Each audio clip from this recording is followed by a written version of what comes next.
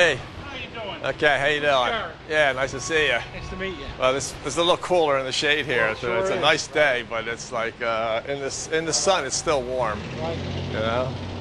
But so you guys are all set here. Which area do you cover then? Do you? Hatboro Borough, parts of Upper Moreland Township. We do cover. We cover from Willow Grove to Fort Washington, westbound, and eastbound we cover from Willow Grove to Philadelphia. And then Bucks County has a company that Ben Salem comes from Philadelphia to Willow Grove, okay. and Ambler covers from Ambler to Willow Grove, going eastbound.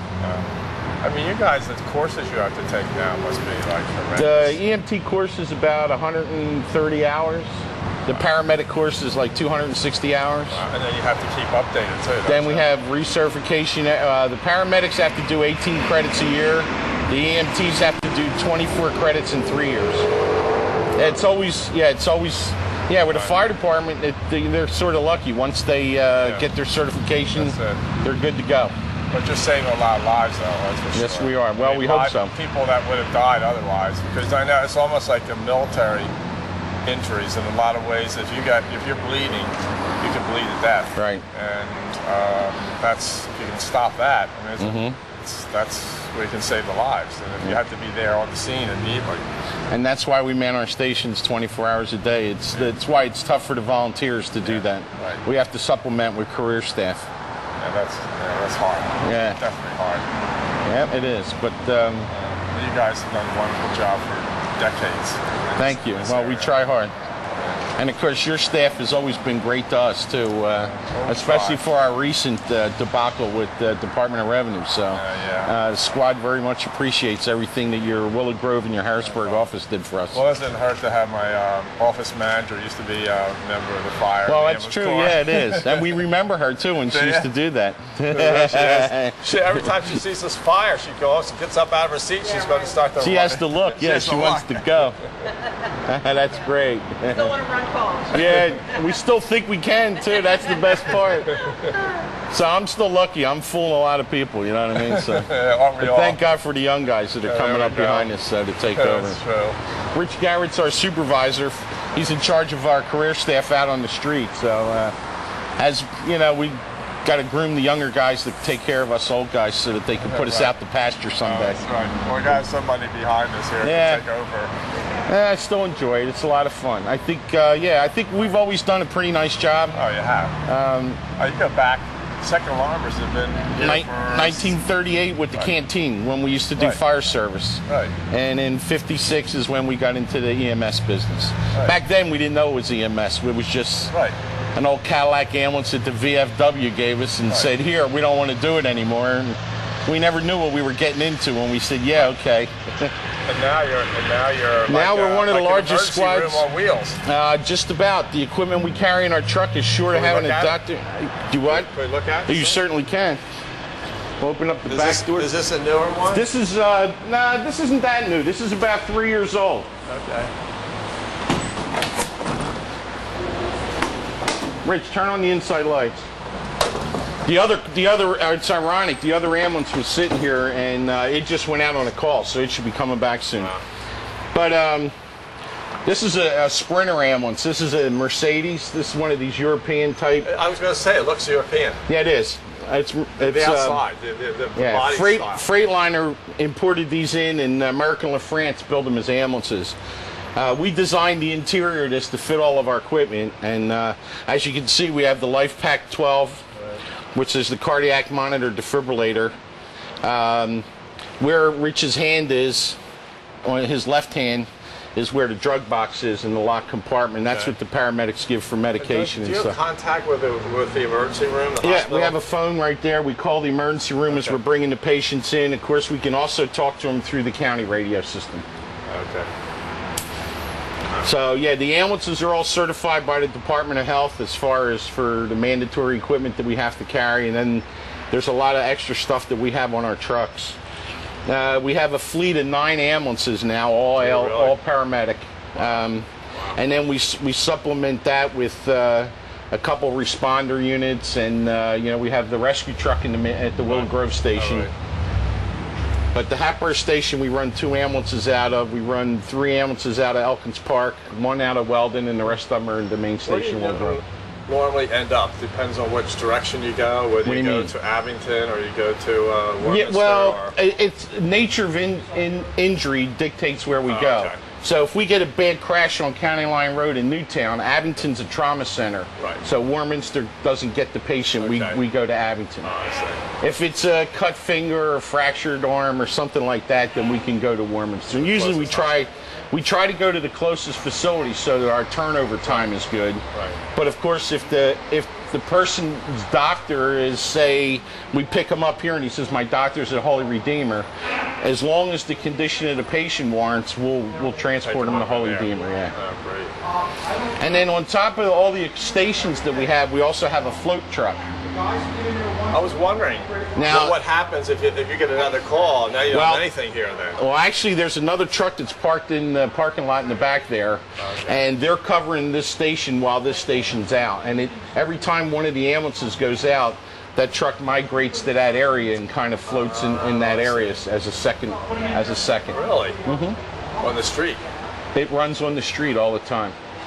So it's almost like a police car, how it has a district. So it just moves into that district. It patrols that district until that ambulance is cleared up. And then it comes back to the main station, sits till the next call comes in. How long have you been doing this? The float truck's been in operation for about... You? Oh, me? I've been doing this 34 years. That's a long time. A long time. Even watches get retired after 25 years or something. No, we can't afford that.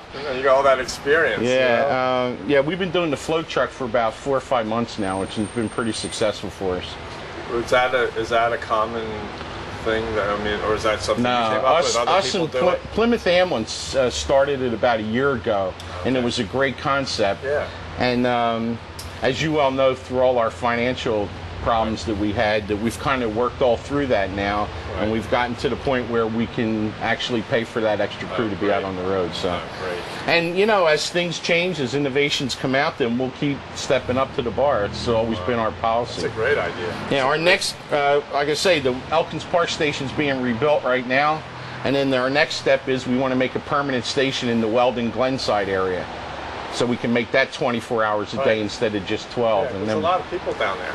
Yeah, well, we need a place to live because our guys, you know, they move in and they have their gear here and everything. And like where they live, upstairs? Well, they live inside here. Okay. What we did is, this used to be Hatboro's firehouse. Okay. And for the longest time, there was nothing here. They just used it to store fruit for the whatever. The Civic Center, the Senior Citizen Center is still in the back.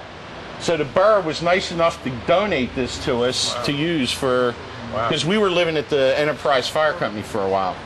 And what they did is that we kind of rebuilt this thing. And I'll take you inside and show you what. And this is small, but it's only a 2-man station.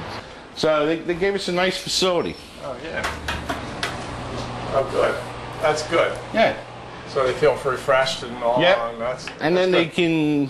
We don't have any range or anything like that, but we have a little microwave and a little broiler, so they can warm up their dinner. 12 hours? They're going to spend 12 hours They spend 12 hours here. Plus with all the food establishments. Yeah, it's one thing about the borough, it's food rich in the borough.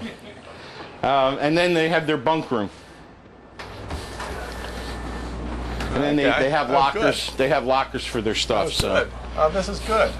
You know, it's not fancy, but it serves its purpose. And, no. And I'll tell you what, for what they did for us, this was perfect. You know, for a 2-man station. Absolutely. In fact, our Weldon station, when we build it, won't be too much different than this, except that now we have separate bunk rooms, separate bunk rooms, separate bath.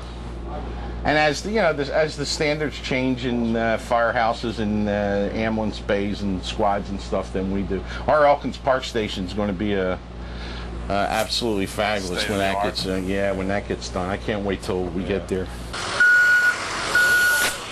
This is one of the 4 new ambulances we got this year.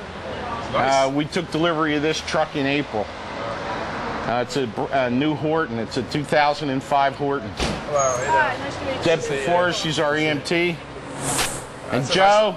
It's a nice looking truck, that's for sure. It's four-wheel drive too. What we do is we have a four-wheel drive truck in every one. That's a see. Joe's our paramedic. Okay. We have a four-wheel drive truck in every station so that in the wintertime when the weather gets bad, we're assured we can at least get the one truck out. Yeah, really. Our other trucks have drop chains, but they don't work as good as the four-wheel drive does. So you'll see one of these in every one of our buildings. That looks great. Wonderful. Well, good job. Big contrast between the really. two trucks. Well, that's obviously classic American, right? This is classic American. That's classic European. Exactly right. Well, we have two of these. The Weldon truck's a Sprinter too. But they serve another purpose. I mean, that's well, with the guys here, the guys that drive at like it because it's nice getting through the traffic in the borough, and narrow. This it's thing narrow. looks wide. Yeah, this thing, and it doesn't turn as good because it's four-wheel drive. Right. So, I'd like to thank Fred Trasatti and Joseph Pitano for the excellent work they do on behalf of the citizens of Hatboro. We hope you enjoyed watching today's program on Hatboro and the Second Alarmers Rescue Squad. If you have any questions or comments about today's program or any state government issue, I'd like to hear from you. The numbers to reach me will be on your television screen shortly. I'm your State Senator, Stuart Greenleaf. Thanks for watching.